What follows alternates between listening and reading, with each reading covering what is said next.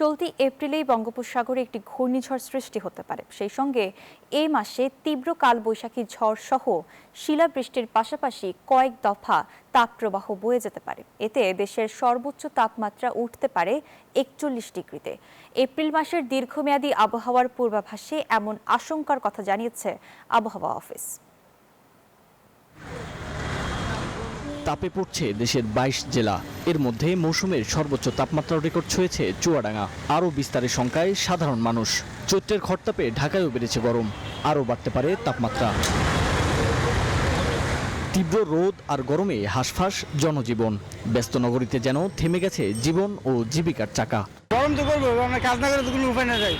গরিব মানুষ কাজ করে খাইতে, কর্ম করে খাইতে। প্রচণ্ড গরম। রিক্সা চালাই একটা খেপ নিয়ে আসলাম, বনানি থাকে আর সেই জায়গায় জিরাইলাম, না জিরলে যাইতে পারতাম না। অস্থিরতা লাগতেছে, খুব গরম বেশি। 200-র বেশি সার্ভিস ও ফিচারে লেনদেনের সব বিকাশ অ্যাপে সম্ভব। চলতি মাসে গরমের এমন তীব্র অনুভূতি বজায় থাকবে বলে জানিয়েছেন আবহাওয়াবিদ মোহাম্মদ আবুল কালাম মল্লিক। গরম থেকে বাঁচতে দিয়েছেন নানান পরামর্শ।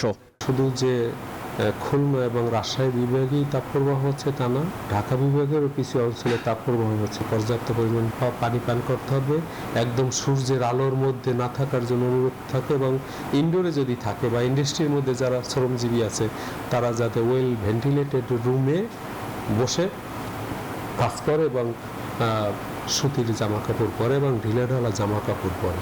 চলতি এপ্রিল মাসে দেশে স্বাভাবিক বৃষ্টিপাতের সম্ভাবনা থাকলেও অস্বাভাবিক তাপমাত্রার পারদ।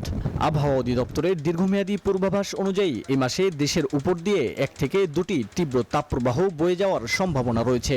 একই সঙ্গে বঙ্গোপসাগরে সৃষ্ট 2টি লঘুচাপের একটি পরিণত হতে পারে ঘূর্ণিঝড়ে।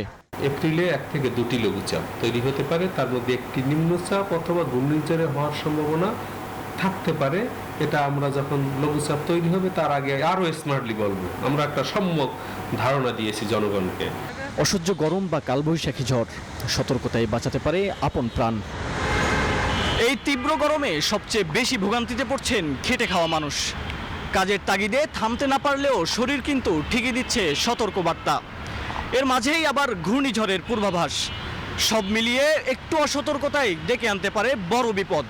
তাই এখন থেকেই দরকার বাড়তি সতর্কতা আর পর্যাপ্ত প্রস্তুতি। মাহমুদুল হাসান ইমন, নিউজ 24, ঢাকা।